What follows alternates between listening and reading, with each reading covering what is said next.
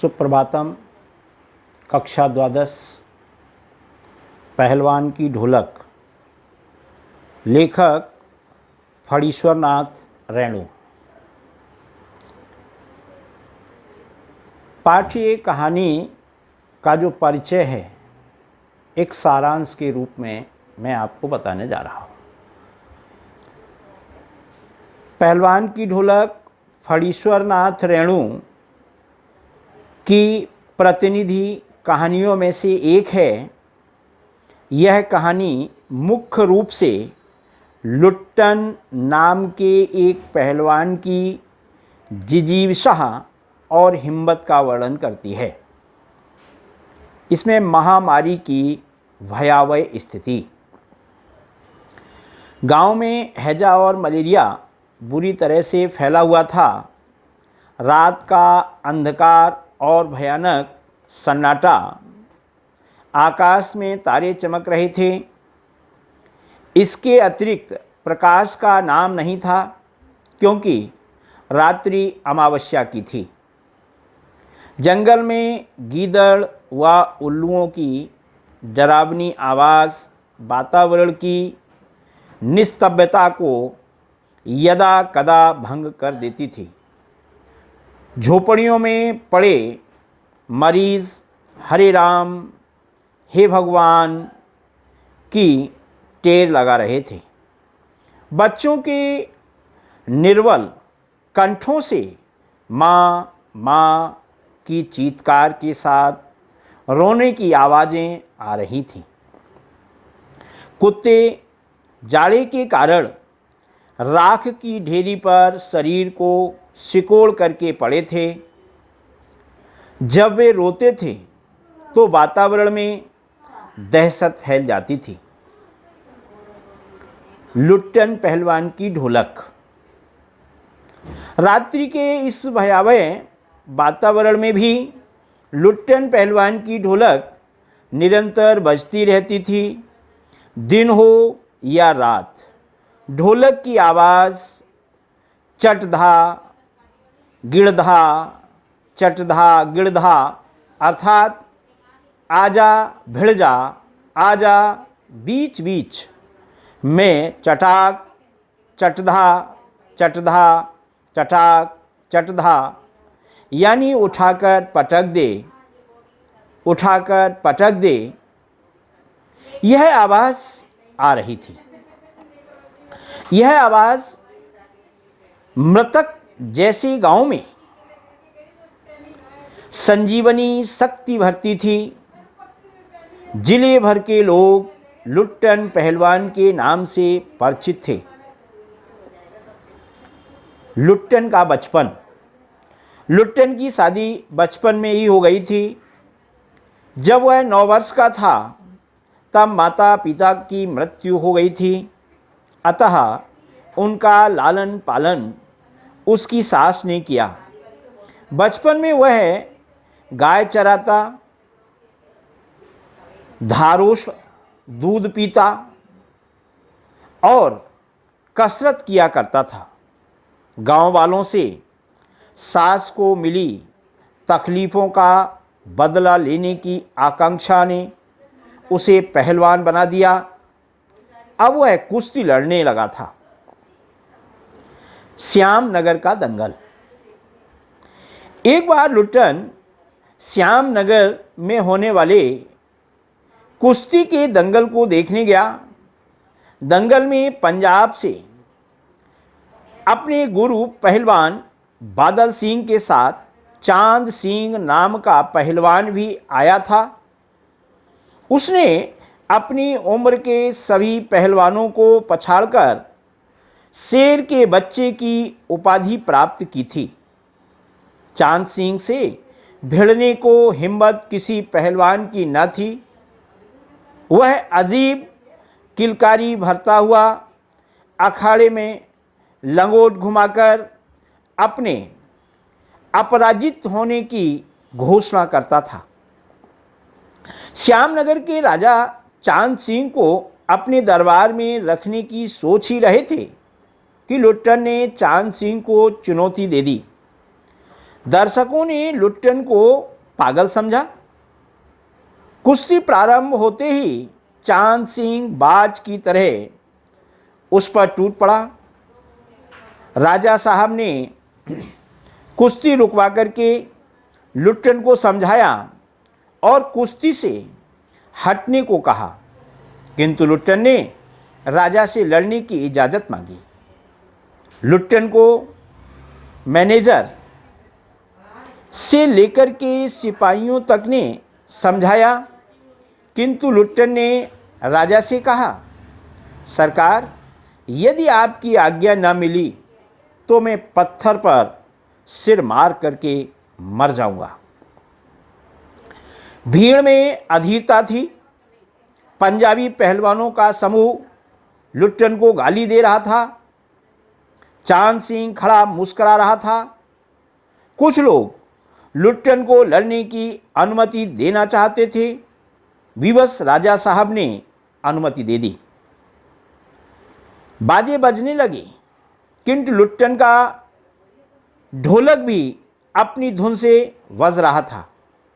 चांद सिंह ने लुट्टन को कसकर दबा लिया था। वह गर्दन पर कोहनी डालकर चित करने की कोशिश कर रहा था। दर्शक और चांद सिंह का गुरु बादल सिंह चांद सिंह को उत्साहित कर रहे थे।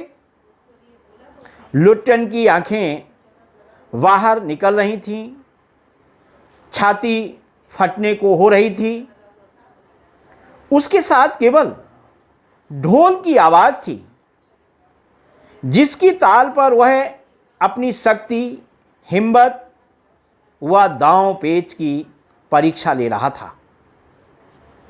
ढोल ने धाक दिना तिरकट तिना की आवाज़ दोहराई, जिसका अर्थ लुट्टन ने लगाया, दाव काट, बाहर हो जा। और लुट्टन ने नीचे से निकलकर चांद सिंह की गर्दन कब्जा ली। ढोल ने चटाक धा उठक पटक दे। कहा कि लुट्टन ने चांद सिंह को जमीन पर दे मारा। ढोलक ने धिना धिना धिक धिना की आवाज़ निकाली कि चांद सिंह को लुट्टन ने चारों खाने चित कर दिया। ढोलक ने धा गिरधा बाहा बहादुर की ध्वनि की तो जनता ने माँ दुर्गा की, महावीर जी की, राजा श्याम नंद की जय जयकार कर दी। लुट्टन ने श्रद्धापूर्वक ढोल को प्रणाम किया और राजा साहब को गोद में उठा लिया। राजा साहब ने लुट्टन को शाबाशी दी और लुट्टन को सदा के लिए अपने दरबार में रख लिया।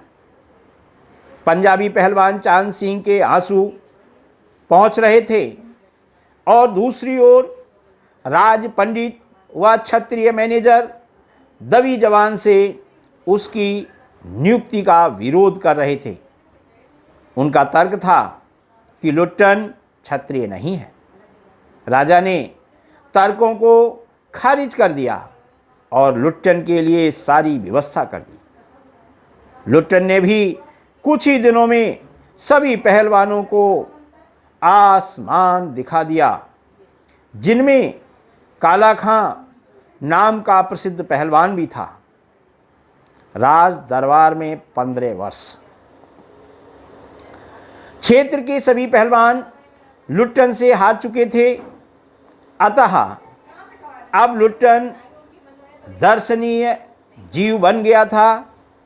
वह मेलों में घुटने तक लंबा चोंगा पहने, अस्त व्यस्त पगड़ी बांधकर मतवाले हाथी की तरह घूमता चलता था।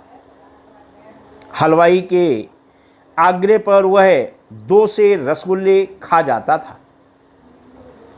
8-10 पान एक बार में ही मुंह में रख लेता था। वह बच्चों जैसे शौक करता, यथा आंखों पर रंगीन अवरक का चश्मा, हाथ में खिलौने को नचाता, मुख से पीतल की सीटी बजाता, हंसता हुआ लौटता। दंगल में उससे कोई लड़ने को तैयार नहीं होता था। यदि कोई लड़ना चाहता तो राजा साहब अनुमति नहीं देते थे। इस प्रकार 15 वर्ष बीत गए। उधर पहलवान की सास व पत्नी दोनों मर चुकी थीं। लुट्टन के 2 पुत्र थे, दोनों ही पहलवान। लड़कों को देखकर लोग कहते, वाह, बाप से भी बढ़कर निकलेंगे। दोनों ही लड़के राज दरबार के भावी पहलवान घोषित हो चुके थे। तीनों का भरण पोषण दरबार से हो रहा था। लुट्टन ने लड़कों से कहा, मेरा गुरु कोई आदमी नहीं, ढोल है, अतः अखाड़े में उतरने से पहले ढोल को प्रणाम करना। उसने लड़कों को पहलवानी के सब गुर सिखा दिए थे। इसके बाद राजा की मृत्यु। अचानक राजा का स्वर्गवास हो गया और नए राजकुमार ने विलायत से लौटकर, विलायत कहते हैं विदेश को, लौटकर राजकाज अपने हाथ में ले लिया। राजकुमार ने प्रशासन को चुरस्त दुरुस्त करने की दृष्टि से तीनों पहलवानों की छुट्टी कर दी। अतः तीनों बाप बेटे ढोल कंधे पर रखकर अपने गांव लौट आए। गांव वाले किसानों ने इनके लिए एक झोपड़ी डाल दी, जहां ये गांव के नौजवानों व ग्वालों को कुश्ती सिखाने लगे। खाने पीने के खर्च की जिम्मेदारी गांव वालों ने ले ली, किंतु गांव वालों की व्यवस्था भी ज़्यादा दिन न चल सकी। अतः अब लुट्टन के पास सिखाने के लिए अपने दोनों पुत्र ही थे। लुट्टन का अंतिम समय। गांव पर भयानक संकट आया। पहले सूखा पड़ा, जिससे अन्न की कमी हुई, और फिर मलेरिया और हैजे का आक्रमण हुआ। गांव में घर के घर खाली हो गए। प्रतिदिन 2-3 मौत होने लगी। लोग एक दूसरे को ढांढस बंधाते। सूर्यास्त होते ही वे घरों में घुस जाते। सब चुप रहते। ऐसे में केवल पहलवान की ढोलक ही बजती थी। गांव के अर्धमृत औषधि उपचार पथ्य विहीन प्राणियों में ढोलक की आवाज़ संजीवनी शक्ति भरती थी। ऐसी स्थिति में एक दिन पहलवान के दोनों बेटे भी चल बसे। एक लंबी सांस लेकर के लुट्टन ने कहा, दोनों बहादुर गिर पड़े। उस दिन लुट्टन ने राजा साहब द्वारा दी गई रेशमी जांघिया पहनी, शरीर में मिट्टी मलकर कसरत की और फिर दोनों पुत्रों को कंधे पर लादकर नदी में बहा दिया। इस घटना से गांव वालों की भी हिम्मत टूट गई। 4-5 दिन बाद जब एक दिन रात को लुट्टन की ढोलक नहीं बोली, तब प्रातः जाकर शिष्यों ने देखा कि पहलवान की लाश चित पड़ी है। शिष्यों ने बताया कि उनके गुरु ने इच्छा प्रकट की थी कि उनके शरीर को चिता पर पेट के बल लिटाया जाए।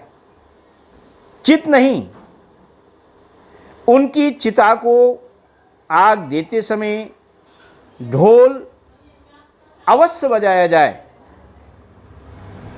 इस प्रकार इस पाठ का सारांश हमने आप लोगों को बताया। इसमें से जो प्रश्न अर्थग्रहण संबंधी होते हैं उनको मैं आपको और बता रहा हूं। जैसे एक पैराग्राफ पढ़ रहा हूं, उसके प्रश्न और उत्तर दोनों साथ साथ बता रहा हूं। इनको आप देखेंगे। एक बार वह दंगल देखने श्यामनगर मेला गया। पहलवानों की कुश्ती और दांव पेच देखकर उससे रहा नहीं गया।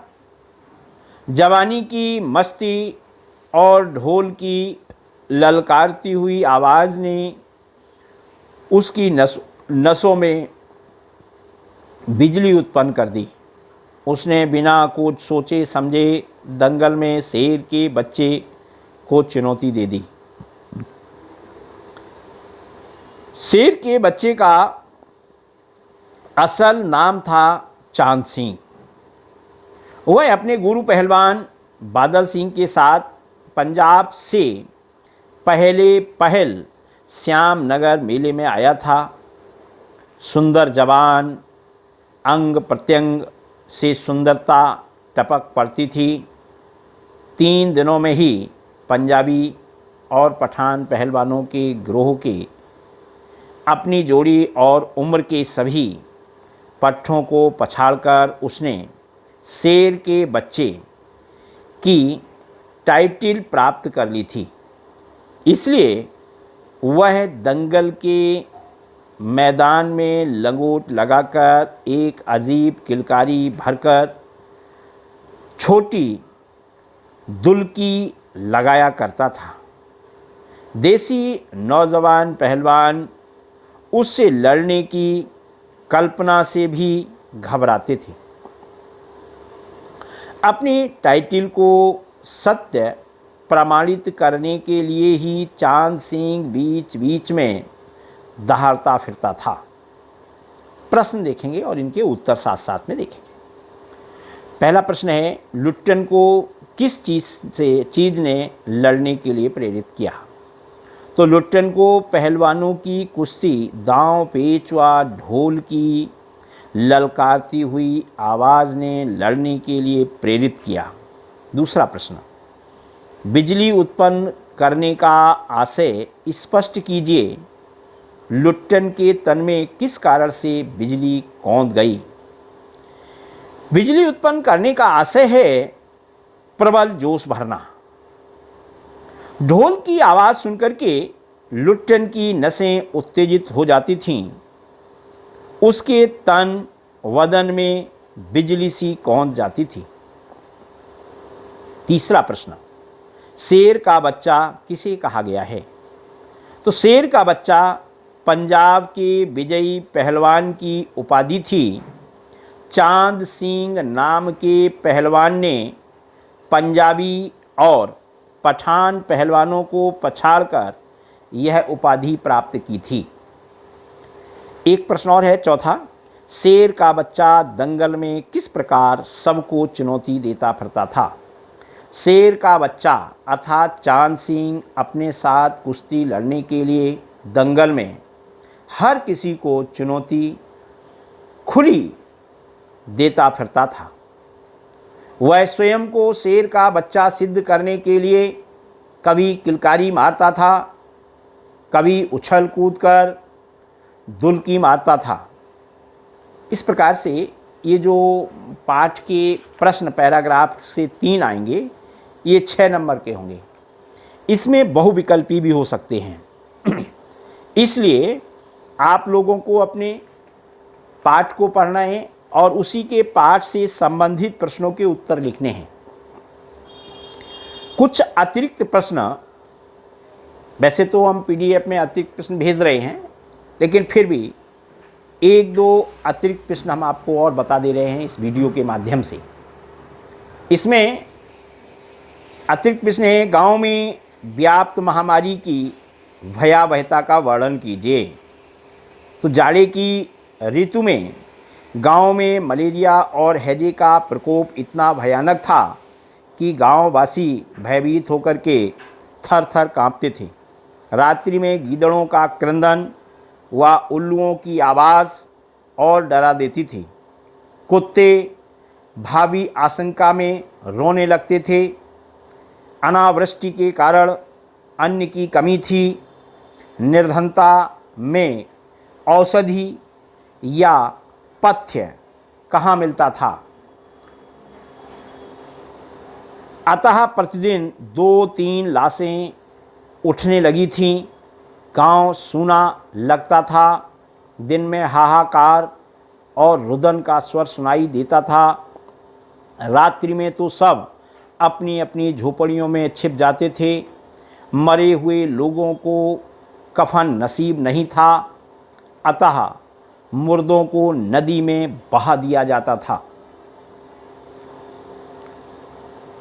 लुट्टन को पहलवान बनने की प्रेरणा कैसे मिली, ये अतिरिक्त प्रश्नों में से मैं आपको बता रहा हूँ। लुट्टन सिंह को पहलवान बनने की प्रेरणा उन लोगों से मिली जो उसकी सास को बहुत परेशान करते थे। लुट्टन सिंह के मन में आता था कि वह एक एक करके अपनी सास के दुश्मनों से बदला ले। इसके लिए स्वस्थ शरीर की ज़रूरत थी, अतः उसने पहलवानी करने का निश्चय किया। इसके पश्चात लुट्टन सिंह पिता के रूप में कैसा था। तो लुट्टन सिंह एक योग्य और दायित्वपूर्ण पिता था। उसने अपने बच्चों का बड़ी सावधानी से लालन पालन किया। उसकी पत्नी की मृत्यु हो चुकी थी, अतः बच्चों को पालने का दायित्व उस पर था। उसने अपने बच्चों को न केवल पहलवानी के गुर सिखाए बल्कि सामाजिक व्यवहार के ढंग भी सिखाए। उसने महामारी से प्राप्त होने पर बच्चों को हर तरह से उत्साह दिया, उन्हें लड़ने की प्रेरणा दी। उसने कभी रो धोकर अपनी कमजोरी नहीं दिखाई। मृत्यु हो जाने पर भी उसने बड़े सम्मान से उन्हें कंधों पर सवार करके नदी में विसर्जित किया। इस प्रकार प्रश्न जो अतिरिक्त प्रश्न हैं बहुत हैं, लेकिन मैं आपको अतिरिक्त प्रश्न पाठ के बीच बीच से पूछे जाएंगे। यदि आपने पाठ पढ़ा है तो आप प्रश्नों के उत्तर आराम से लिख सकते हैं। इसे पाठ को पढ़ना बहुत ज़रूरी है।